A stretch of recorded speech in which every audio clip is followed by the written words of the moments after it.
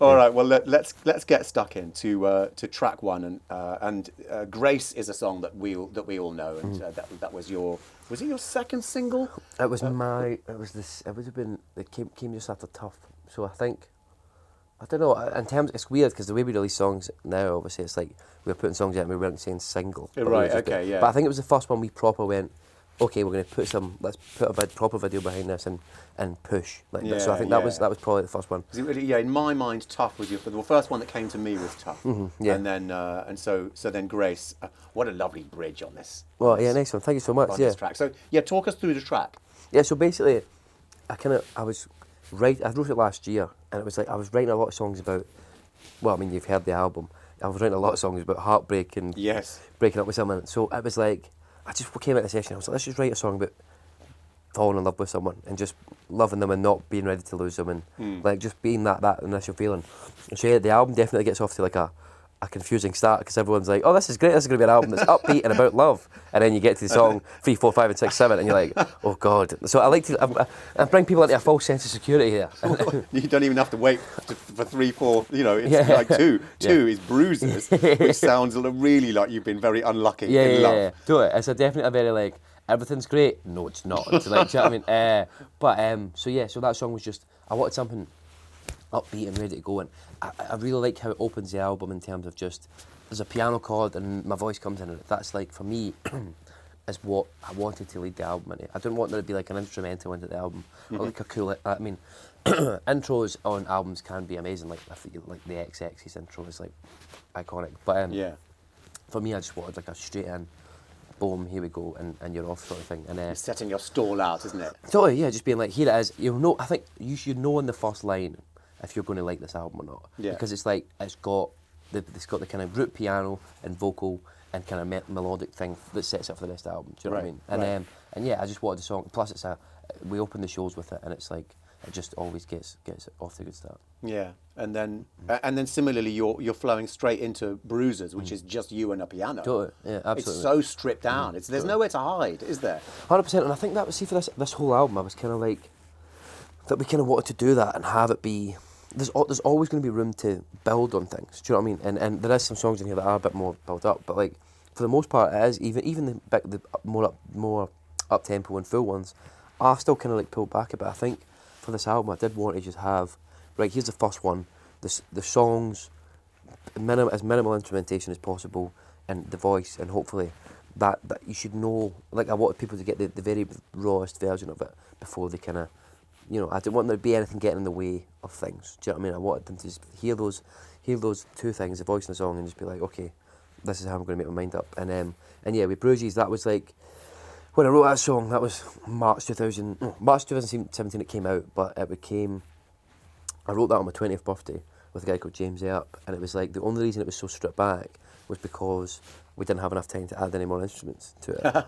And it was like, so we did it, and it was like, it was something, it was the first song I ever wrote on piano with James, and had that there. It was just like, that kind of, I was writing a lot of songs that were very full, guitar heavy, stuff, and that's, again, stuff that I might release at some point. But there was just something about playing with the piano. Bruises really took things off on a tangent and started the kind of songwriting process for what would be this album. Do you know what I mean? It became that became the kind of cornerstone of the album to build around, if that makes sense.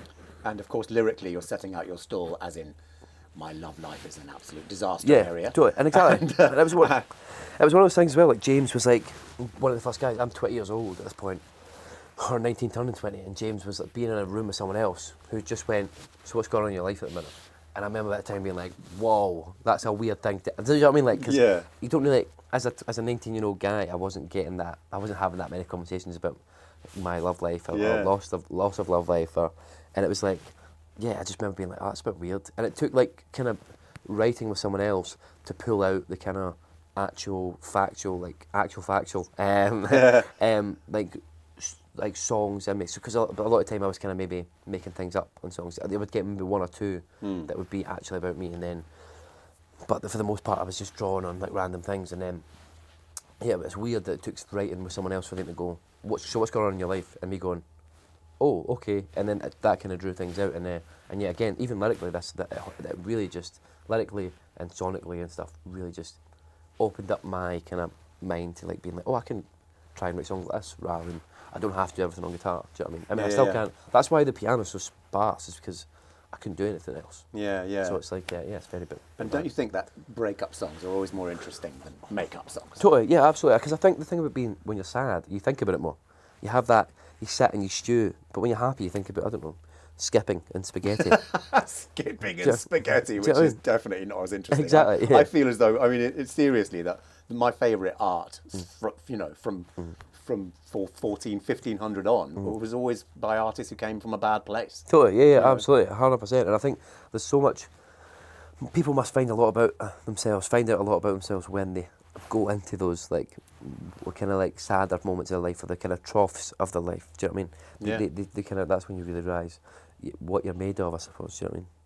Absolutely. Well, let's crack on. So we're on to track 3 now, and "Hold Me While You Wait," which is your current single. Yeah. And what a chorus! You really belt this one out.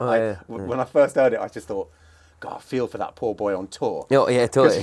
Your throat. Oh yeah, man. How do you manage your throat doing that night after night? I mean, because it's not the only one. You belt out a lot of your songs. Totally. That was the thing with making this album as well. Like, because I was used to, for so long, since I was 11 till again 20, writing songs and then immediately playing them live. There was a big difference, and I was always like, okay, I knew my capabilities. A lot of time writing this album, I was writing songs that I could hit the notes in the studio because I was breaking it up. But then it came to rehearsals, and I'd be like, whoa, I'm never going to be able to do this. And it just takes that time of just constantly bashing it out and working through what is essentially pain, and then eventually your voice kind of, it knows the song. It's kind of almost like muscle memory, and it kind of just gets in that thing. But yeah, it was tough. But yeah, Home Away was just a song that took so long to get right, like so long. And was it a headache, this one? Honestly, it was like, because I think the idea was the temptation is just to go as massive as you could with it. Do you know what I mean? But again, I think my thought was that I wanted the song to the vocal and the stuff to do that. Do you know what I mean? And what people around me were always good at was like manager and label was like, here are the key elements of the song: the guitar, the piano, your voice.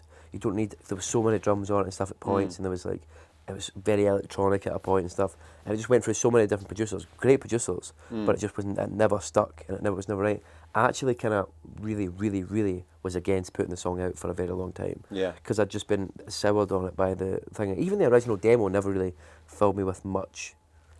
Oh my God! Like, do you know what I mean? It was just that "Stay a While" at the end that I really liked, and then I just remember over time it was like, there's people around me who I trust, but like, trust me, this is a song that you should work on. So I kept doing it and kept doing it, and eventually we managed to get somewhere in the end. It was Nick Atkinson and Ed Holloway did the initial production on it, and then these amazing guys called TMS did some and more production on it, and then it was mixed by Spike Stent, who's obviously mixed some of the Spike. Wow, yeah, he's an incredible. Legend. Yeah, so they just that combination of them really honed it in. And it was a case of like that.